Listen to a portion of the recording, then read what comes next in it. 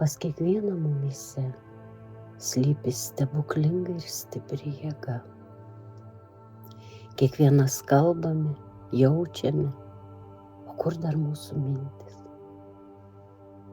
Kada jūs suvoksite, kokia stipri žodžio galia, kai žodis virsta į realybę, jūs mokysitės tylėti.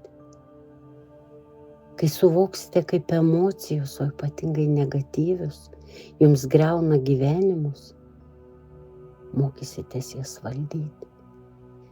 Ir visa, kas neigiama, paversti teigiamą.